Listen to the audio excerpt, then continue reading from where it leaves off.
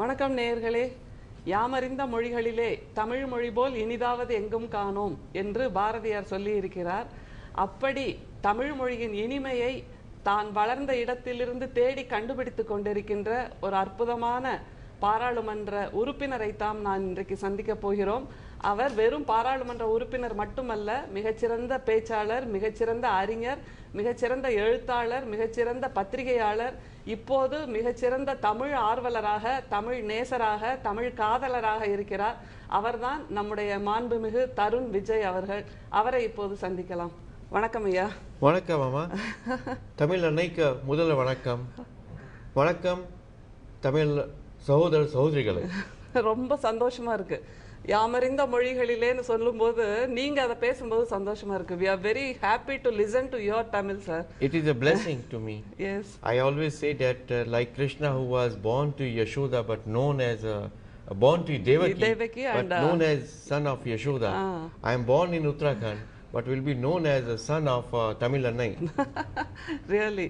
Actually, I wanted to start the interview in a lighter way. Do you believe in the Hindu karma theory of births and rebirths? Certainly. Certainly. Then we will definitely believe that you were once upon a time the son of Kambar or Thiruvalluvar or great poets like that. I feel blessed listening to such kind words. But I certainly have a feeling that there must be some past birth connection. Yes. Of my coming back in the lap at the lotus feet of Tamil Annai. Tamil Annai. Really, whenever we listen to your Tamil or read about your activities, we also have a bondage. One umbilical cord strikes us, and we have a brother in you from north. So all the Tamilians feel that way only. And reading your biography, I come to know that you belong to a middle class family upbringing. Yes, my early upbringing was a very low income group family. Yes. I had my first bicycle when I passed class 10th and that was given to me by my father. Okay. And till many years we had to struggle to have doors and windows in our home. So I completed my study by going for tuitions. Okay. And when I was in class 10th, I was giving tuitions to class 8th students. Yes. When I was in college, I was giving tuitions to 10th and 12th class students. Okay, okay. So that is how I completed my studies. Yes. But I always had blessing from my mother and my dad who had great hopes, and I was the youngest in my family. So a bit more pampered. Chella Mahan. We used to call it Chella Mahan. So you were one of the pampered kids. Yes, yes. And now I would like to ask you, you had a middle class upbringing, but right from your adulthood or youth times, you were not in a fixed job. You were always wandering from one magazine to the other, one job to the other, or you didn't have a fixed frame as the society thinks. So were your parents against it or supportive of it? Initially they were against it because I said that I belong to a nomadic tribe. Yes. And I have a shani in my feet. So I cannot stay for long at one place. Yes. My father wanted me to apply for a job in the Forest Research Institute where he was working for many years. But I wrote to him because I was afraid to face him that I will never apply for a job. Okay. I left my home at 17. Really? And I went to Bombay, met R.K. Karanjia, who was a doyen of Indian journalism in those days, a Blitz editor. Nobody would have thought that he will meet an unknown person from Uttarakhand. And his news editor, Trikanar, just looked at me with surprise and said, "You want to meet Karanjia? You?" I said, "Yes, because I want to work for Blitz." So he gave me 5 minutes. Yes. Karanjia offered me a cup of coffee and the meeting lasted 20 minutes. Okay. And he appointed me as a roving correspondent for the tribal areas. Yes. So I never applied for a job. I always worked for poor and the tribal people. Tribal people especially. And I worked there in Vanvasi Kalyan Ashram for 5 years.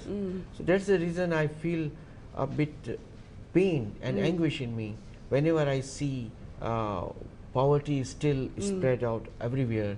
And when I see that leaders and politicians are neck deep in riches, and they are very rich, but they talk about eradication of poverty. So my first priority is to look at poor and do something to eradicate poverty. And Tirukkural inspires me a lot for that.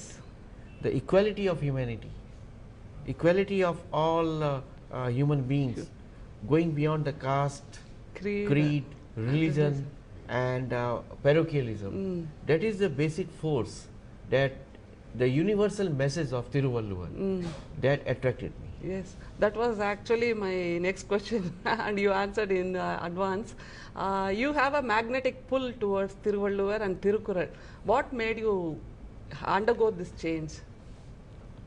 We had been chanting the name of Tiruvalluvar in our RSS Pratis in the morning hymn, but we never got to know more about him. In Parliament, when there was a debate on UPSC not using Hindi properly and giving enough weightage to those who appear exams in Hindi language, so the people were the North Indian MPs were very much agitated about it. Then I asked them, do you read Hindi? Do you send your children to Hindi schools? Yes. Do you buy Hindi books? Do you read Hindi newspapers? Do you issue your political statements in Hindi? In Hindi. You don't do this. In every newspaper, at the end of the year, people ask certain leaders and officers, what books have you read in the last year? Yes. I have never found a single top leader quoting telling a Hindi them book that I have read a Hindi book. Yes. You don't do anything in Hindi, but you want Tamil Nadu to read Hindi. I will give a clap for you, sir. Thank you so much. So then all our friends in Parliament from Tamil Nadu, Congress, DMK, ADMK, they came to me, and many of them were very kind to give me enough material on the greatness of Tamil, Tirukkural. So when I started learning about it, I was so thrilled and excited. The Tamil heritage and literature stands out as the greatest in the Indian panorama. And then I gave a speech in Parliament, and then I said that it is the North Indian arrogance that has kept the greatness of Tamil heritage, culture, language away from a great population of North. We never heard Tirukkural. We never heard about Andal.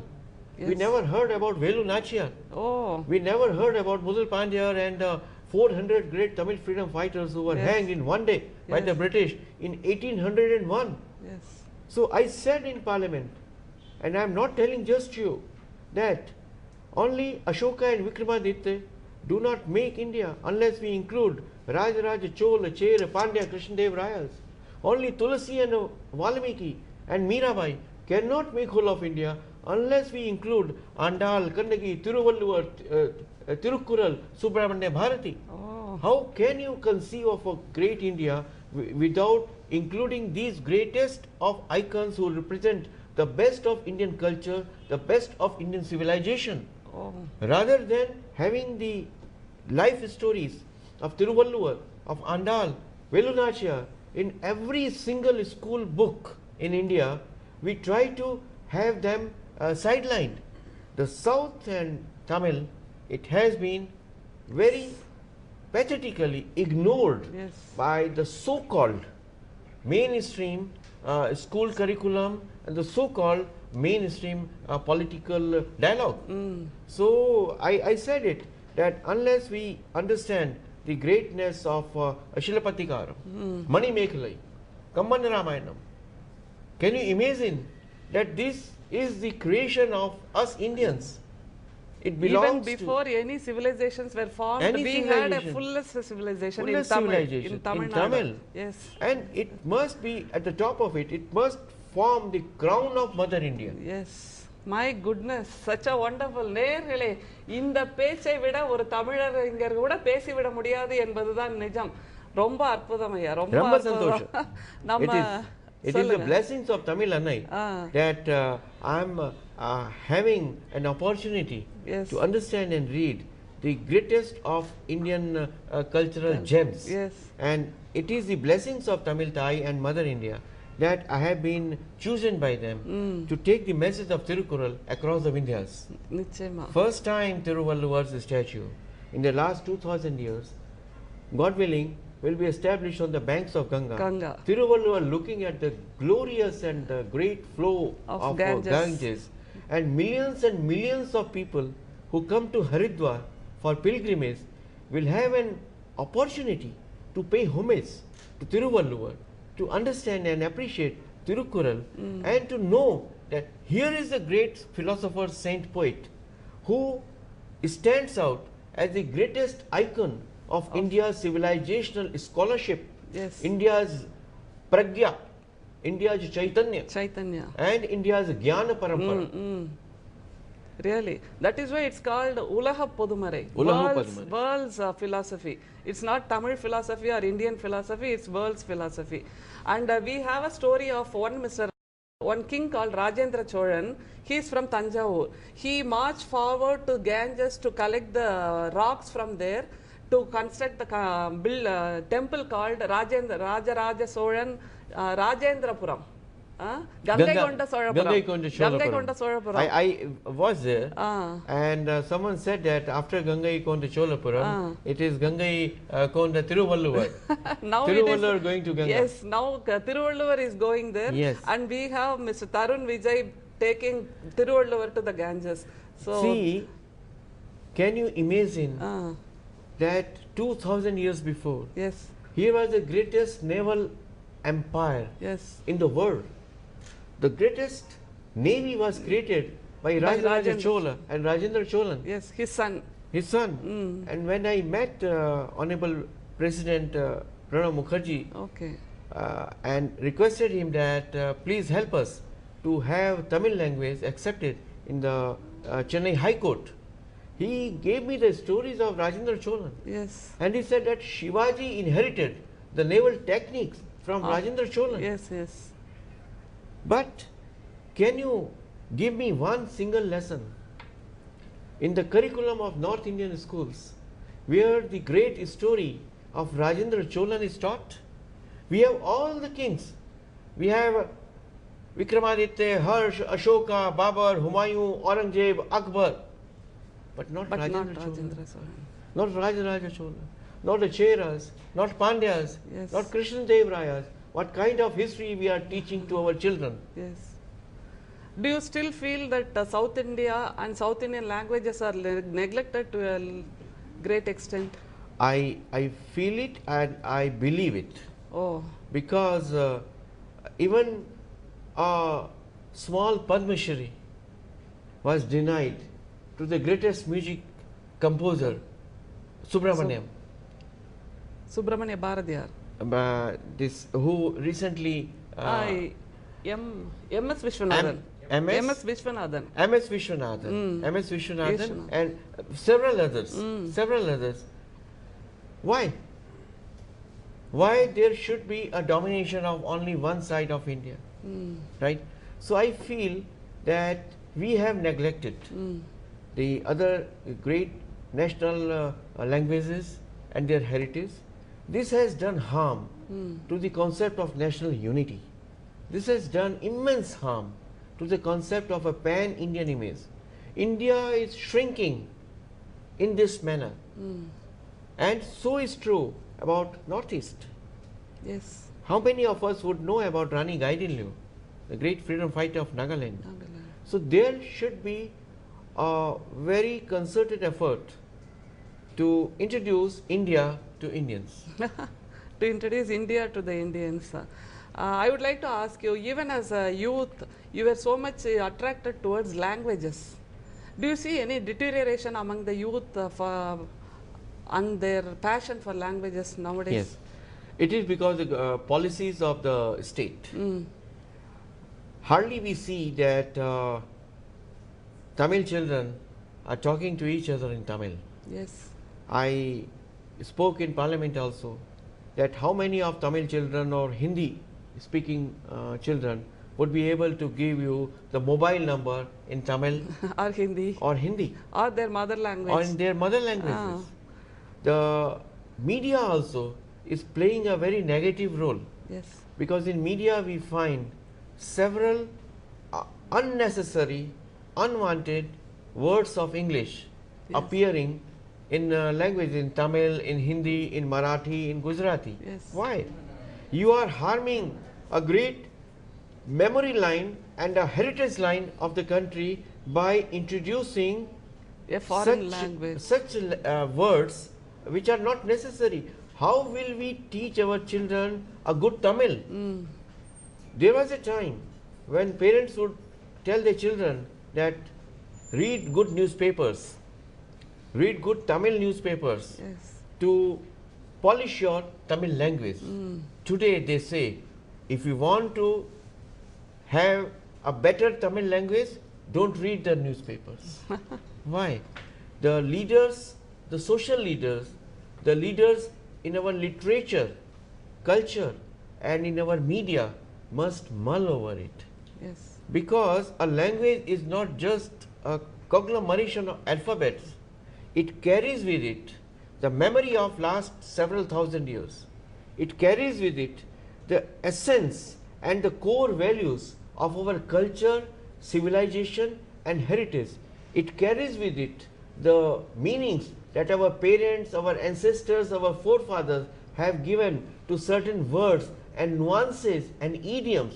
They cannot be translated or they cannot be turned into different foreign language. Yes. So we are denying our next generation the richness and the identity of their being, existence. That should be registered and bring back Tamil to Tamilians and bring back India to Indians. Very nice. This should be the motto of future India. Bring back Indians to India to the Indians, and Tamilians to the Tamil. Learn English. I'm not against English. Yes. Because it's the language of business, career and higher education. Although the entire Europe, China, East Asia does not go this way. They learn Chinese and go to the highest goals in their life. But it is now a compulsory in India. Learn English, but don't become Angrez. Don't become Firang. Don't become an English person. Yes. We have to have our roots and civilization. We have to have our roots. That's why I say that have Tirukkural always with you. Yes. It gives you power. It's a power station of culture and civilization. It's a power station that gives you strength to find your earth. Yes. You have to be having your feet on your earth, the mother earth. Rooted. Rooted. Can you remember any one of the Tirukkurals? Agara mudala edu theyalam. Adi Bhagavana mudeta ulaga. Romba sandosham. I have another question. Our country is always glorifies in diversity, unity in diversity. And do you think civilizational bondage and through linguistic is possible? Certainly, languages should be bridges, not the barriers. Okay. We are making languages as barriers. They should be turned into bridges. The beauty of Tamil language, if appreciated by Punjabi people, by Kashmiri people, by people in Nagaland, and the Naga, Punjabi and Kashmiri beauties of language and heritage is appreciated by Tamil people, it will create a great united India. Yes. That is my motto. And the civilizational thread is expressed through core values. The Indian core values are worshipping nature, respecting the family, respecting your guru, acharyas and parents, and having a society which cares for each other. The best thing is that we respect difference of opinion. There has never been a Galileo punished for having a different viewpoint. Yes. That is the strength of Indian society. These are the core values. The cultures are represented through languages and through various customs. They should be preserved. The million fragrances of the million people must be preserved, and that Vibgyor culture becomes the fabric of India. Fabric of India. The uniformity, the monotonous has never been the identity of India. It is the cultural Vibgyor. Yes. So this linguistic bond is possible. Of course possible. Why can't we have Tamil learning centers in North India? What stops us? Have other languages centers also. Let there be an option. If you want to learn Tamil, please, you are most welcome. Why can't our embassies, especially in the East Asia, have a special Tamil learning center and Tamil cultural heritage center for the children of our Tamil diaspora? In Malaysia, in Indonesia, in Japan, in Cambodia, in Vietnam, they are in such a large number in those countries. Yes. It is the bounden duty of us to create an atmosphere where they get connected with their roots. Okay. Very nice to have met you, sir. And we hope to listen to you more and more in future. Romba Santosha, Mikka Magirchi, and Mikka Nandri. Romba Mahichi.